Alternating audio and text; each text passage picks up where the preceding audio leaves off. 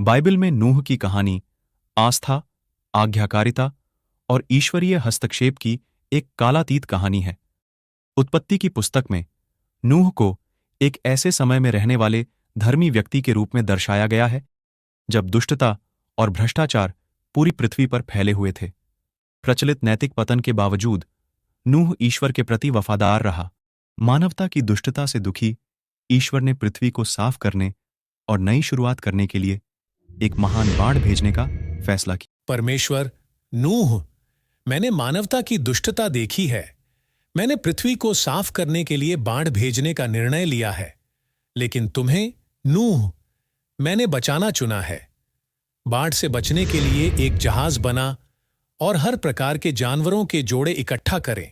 हालांकि ईश्वर ने नूह और उसके परिवार पर कृपा की और नूह को आसन्न बाढ़ से खुद को, अपने परिवार और हर तरह के जानवरों के जोड़े को बचाने के लिए एक जहाज बनाने का निर्देश दिया। नूह ने ईश्वर की आज्ञा का ईमानदारी से पालन किया, आवश्यक सामग्री एकत्र की और ईश्वर के विनिर्देशों के अनुसार परिश्रमपूर्वक जहाज का निर्माण किया। अपने पड़ोसियों से उपहास और अविश्वास का सामना करने के बावजूद नूह ने ईश्वर की योजना पर भरोसा करते हुए जहाज पर काम करना जारी रखा। जैसे ही नूह और उसके परिवार ने जहाज पूरा किया, जानवर आने लगे जो ईश्वर के निर्देशानुसार जोड़े में जहाज में प्रवेश कर रहे थे। अंत में जब सब कुछ तैयार हो गया तो परमेश्वर ने नूह को अपने परिवार और जानवरों के साथ जहाज में प्रवेश करने का आदेश दिया और फिर उसने दरवाजा बंद कर दिया। 40 दिन और 40 रातों तक पृथ्वी पर बारिश होती रही, जिससे भूमि जलमग्न हो गई और सबसे ऊंचे पहाड़ भी पानी से भर गए। बाढ़ के पानी ने उन सभी जीवित प्राणियों को मिटा दिया जो जहाज पर नहीं थे और पृथ्वी को उसकी दुष्टता से साफ कर दिया। जहाज के अंदर नूह और उसका परिवार सुरक्षित था, परमेश्वर के हाथ से सुरक्षित था।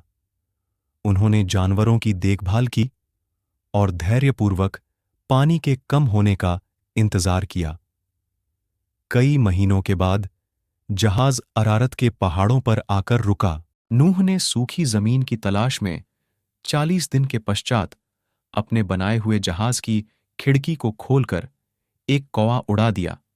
वह जब तक जल पृथ्वी पर से सूख न गया तब तक कौवा इधर उधर फिरता रहा। फिर उसने अपने पास से एक कबूतरी को उड़ा दिया कि देखें कि जल भूमि से घट गया कि नहीं। उस कबूतरी को अपने पैर के तले टेकने के लिए कोई आधार न मिला, सो वह उसके पास जहाज में लौट आई।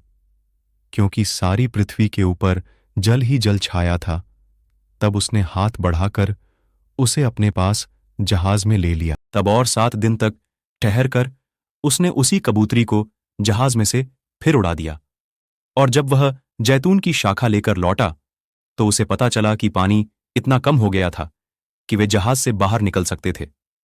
नूह और उसका परिवार जानवरों के साथ जहाज से उतरे और अपने उद्धार के लिए कृतज्ञता में परमेश्वर को बलिदान चढ़ाया। नूह की वफादारी के जवाब में परमेश्वर ने उसके साथ एक वाचा बांधी।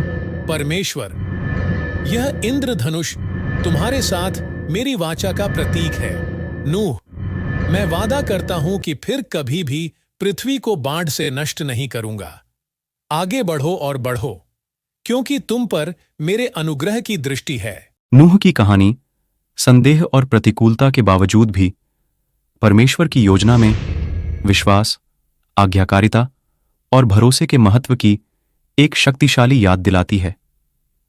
यह हमें सिखाती है कि परमेश्वर अपने वादों के प्रति वफादार है और जो लोग अपने विश्वास में दृढ़ रहते हैं उन्हें पुरस्कृत किया जाता है।